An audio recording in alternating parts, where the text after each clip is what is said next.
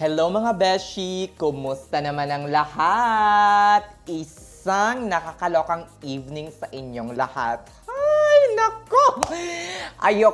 Bukas pa sana ako nakaschedule mag-vlog for, kasi nga, day off ko bukas. Pero sabi ko, ngayon na lang, kasi ngayon naman nag-start yung day off ko. Ayaw ko sana mag-vlog ngayon, pero dead makels na.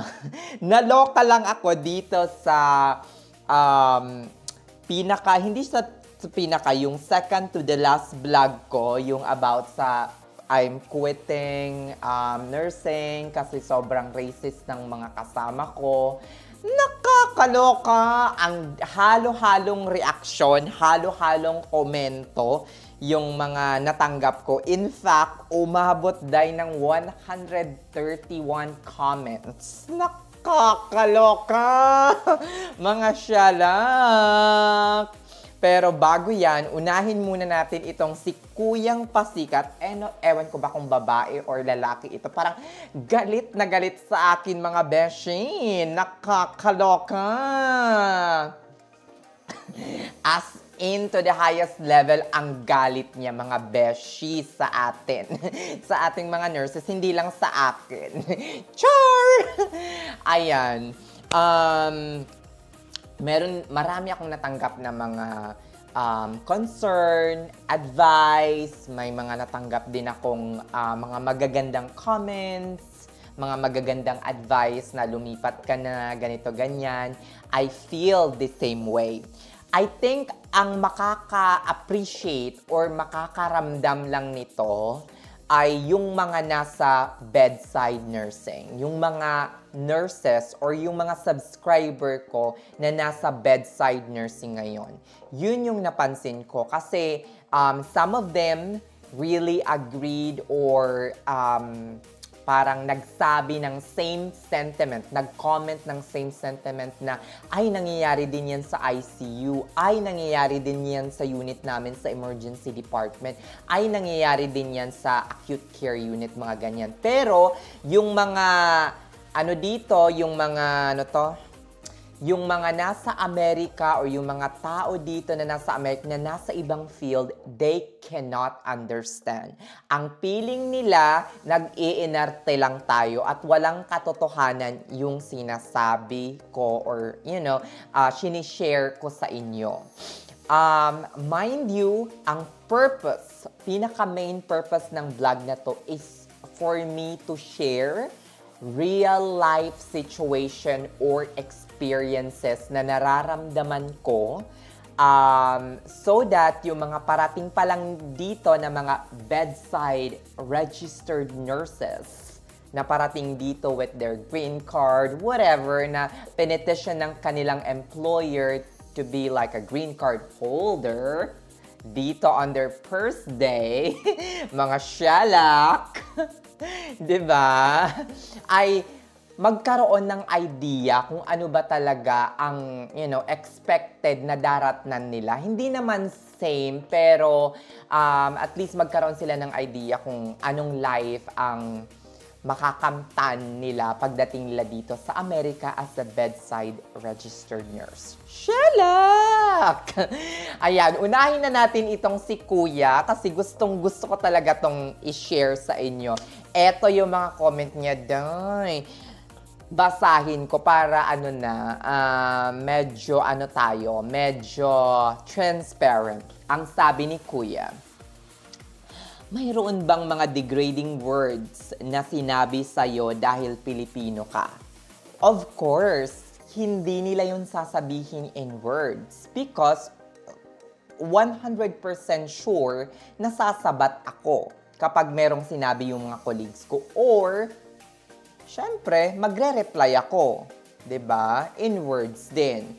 But yung pagiging isang racist, hindi doon nagtatapos sa pagsasabi ng mga masasakit na salita just because I am Asian. 'Di ba? Hindi doon nagtatapos. Merong ang racism is just like sa sinabi ko noong sa last vlog ko is that halos lahat ng mga mahihirap na gawain, mahihirap na task, or na hindi nila gustong task na gawin ay napupunta sa aming mga Asian. Kaya nga maraming umaalis na mga Asian and Indian nurses dahil doon. At hindi lang ako ang nakakahalata or nakakapansin nun. 'Di ba? Kung ako lang, okay, syempre one-sided, pero halatang halata ng buong unit. 'Di ba? Tapos, eto pang sinabi niya, ang iba ginagamit ang words na hindi naman alam kung ano talaga ang ibig sabihin. Oh my God, nakakaloka. Itong si Kuya hindi ata pumasa ng IELTS ng 10 beses. Char! Charis. Sabi pa dito, third day mo pa lang feeling entitled ka na.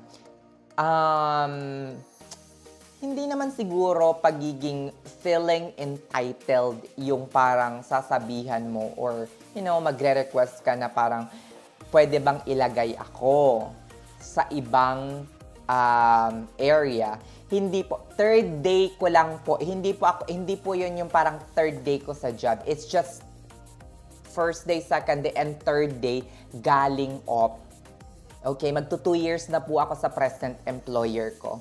Shut up! At sinabi niya pa, eto pang sinabi ng lola niyo, nakakaloka. Sabi, 37 years na ako dito. Namin. Pakialam namin kung 50 years ka na dito at dito ka na tumanda nang walang nangyari sa'yo. Char! Shut up!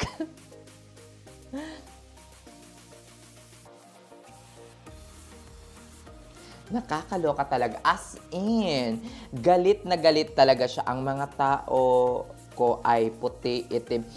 As in, pinagmalaki talaga ni Kuya na nagmamanage. Ano kayang minamanage na? 300 na tao. Nakakaloka. Shalak! Isang shalak talaga to. Ito ang sinasabi nating pinaka-shalak. As in, nakakaloka. Ito talaga yung masasabi mong taong pinaka-shalak at basher.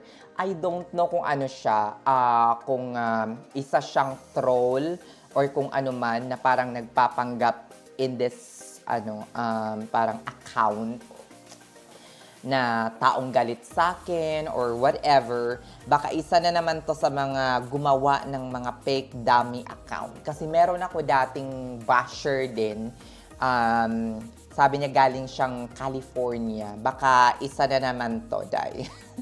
Isa na naman to sa galit na galit. Ayan. Mag-comment ka lang ng bonggang-bongga para bongga yung engagement. Para bongga rin yung views ng aking mga videos. Char!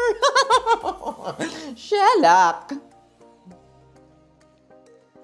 Sabi pa dito, nagsimula ako sa mababang pwesto hanggang sa naging boss ako. Pakialam namin, Day. May nagtanong ba? Wala naman. Shelak! Sarap ang balusin ng bedpan, Day. Ayan. Nakakaloka itong si Kuya. Tapusin na natin dito yung mga negative things kasi punta naman tayo sa magagandang comments. Pero itong si Kuya, nakakaloka, Kuya. Kung wala kang magawa sa buhay, magtrabaho ka na lang, mag-ipon ka, invest mo palaguin mo yung pera mo, and so on and so forth. Go for it. Go! Live your life! Shalak! Happy day! Mukhang si Kuya, mukhang hindi happy sa life. At malapit na atang ma-stroke ito. Char! TIA! Tapos sinabihan pa tayo ng tagapunas lang daw tayo ng puwet. Shalak! Pakialam mo. Dolyares naman ang kinikita namin. Shalak! Wala kaming pakialam doon, Day. I feel you. Okay. Let's see. Sagot tayo dito. Out of topic. Shalak. Nasa hospital ako. Ito yung Ang sabi ni Miss TGIway 2912, Hay, nasa hospital ako once, di ko akalain na ganyan sila. Pagdating sa room, mabait naman, kaso ang ingay sa hallway, di ako makapagpahinga, crew racist. Yeah, napaka-racist talaga. Hindi lang ng mga pasyente, pati ng mga kasama mo.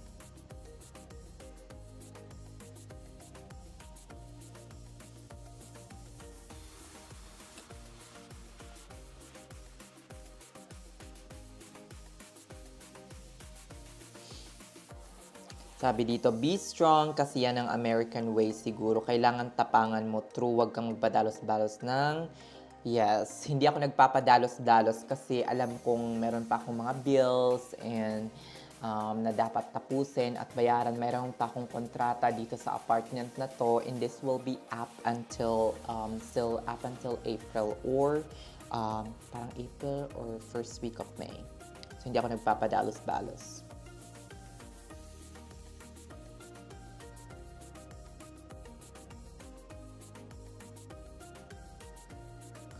Marami ding mga nag-recommend to transfer to Seattle, to Washington, to Texas. I'm still thinking about kung saang state ako ta-transfer. But most probably hospital or states na part ng Nurse License Compact Agreement kasi I plan to convert. I started already the conversion of my license from Ohio to Ohio single state license to a multi-state license. So naghahanap ako ng state who has an LLC, which is part of the NLC or Nurse License Compact Agreement para hindi na ako mag-endorse ng license ko just in case that I would need to practice in that particular state. So yun yung hinahanap kong state, part ng NLC. Natatawa ako sa mga terms mo, Nurse Can. That's true. Mga new grad nurses ngayon, mga Jollibee. Yes, pabida-bida-day. Alam ang lahat. Anywhere naman, hindi mawawala yan pati sa work politics. Yes, that is true. Pero kapag worse na, dapat umalis na. Basta deadma lang ako, just do my work. Yeah. Di ba possible na kausapin yung charge at the end of the shift? Yesterday, ilalagay na naman nila ako sa sa almost same assignment. But I talked to the charge that, no, this is too much. You need to put me somewhere else because I have been in that area since yesterday. So, kailangan kong malipat na. So, nilipat naman ako. So far, mabait naman yung charge kahapon. Kapit lang, Nurse Can, magandang mindset. Yan na yung struggle mo ngayon, piniprepare ka, yes. Yun yung iniisip ko parate, that the struggle that I feel today will be my strength tomorrow. Char! English! Ayan, sabi ni Mary Joy. Aliw na aliw talaga ako sa'yo pag nagsasabi ka ng nakakaloka. Yes, habit ko na yon yung nakakaloka.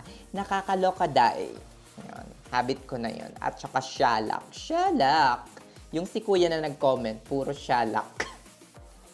Ewan ko ba, bida-bida. Isa rin yan sa Jollibee. Isa na naman to sa mapapabilang sa mga Jollibee list dito sa aking channel, si Kuyang George Cable. Madami dito sa US na ganyan ang ugali, basta ignore lang. Yeah, that is true. Kahit saan ka pa magpunta, yes, marami talagang mga ganon na racist. As in, nakakaloka, mga kasama mo. 'Di ba? Racist is not only in words, like yung nakikita mo lang sa sa Facebook or sa Instagram na mga videos like na towards Asian hate. Hindi ganun lang. It can be in other way like pinapahirapan mismo sa isang unit yung mismong race ninyo. Not just Filipino but other race. 'Di ba? Napiling kasi ng mga ibang race sa unit namin as napaka-espesyal nila. Char! Ito yung sa kuya, nakakaloka. Bumagsak ata to ng 10 beses sa IELTS. Comment down below. Ay, baka mag-comment na naman dito si kuya. Nang galit na galit. At malapit ng madala sa ospital, mag-TIA o kaya ma-stroke. Shalak! Good luck sa'yo, Day. Mahal pa naman ang hospital bills ngayon. Shalak! Afford mo kaya? Char. Joke lang. Nakakaloka. Be strong. Just came back from vacation. Lubbock, Texas. Maganda doon. People are nice. Hospital, UMC, and Covenant Memorial Hospital. Yeah, I will really try Texas. Tama, piliin ang peace of mind. Bakit magtitiis sa mala-impyernong hospital na yan? Char! Yes, that is the exact words. Mala-impyerno. Nakakaloka. Again and again, sasabihin ko sa inyo that pak na pak mga beshi. Ito lang ito yung sasabihin ko. Hindi ko naman sinasabi sa mga ibang tao na wag mag-follow, wag mag-subscribe sa akin just because they are not nurse. Because I have subscriber who are not a nurse. Ang anak nila ay nurse papunta dito sa Amerika. Hindi ko sinasabing wag. Pero ang sinasabi ko, whenever I post content like this, like about sa bedside nursing, people who can relate is yung mga taong nasa bedside mismo. Like, for example, yung nag-post ako about, I will quit bedside nursing because napaka-racist ng mga kasama ko. People who were able to relate is people from bedside nursing. People who are actually there. Yung nakakaranas ng bedside nursing. Sa mga taong wala doon, wala sa picture, sila yung mga taong nagsasabing ng nag-iinarte lang tayo or napakapusong mamon natin, mga ganyan, nakakaloka. As in si Kuya, Kuya, sana kung nasaan ka man ngayon ay manahimik ka na lang. Char!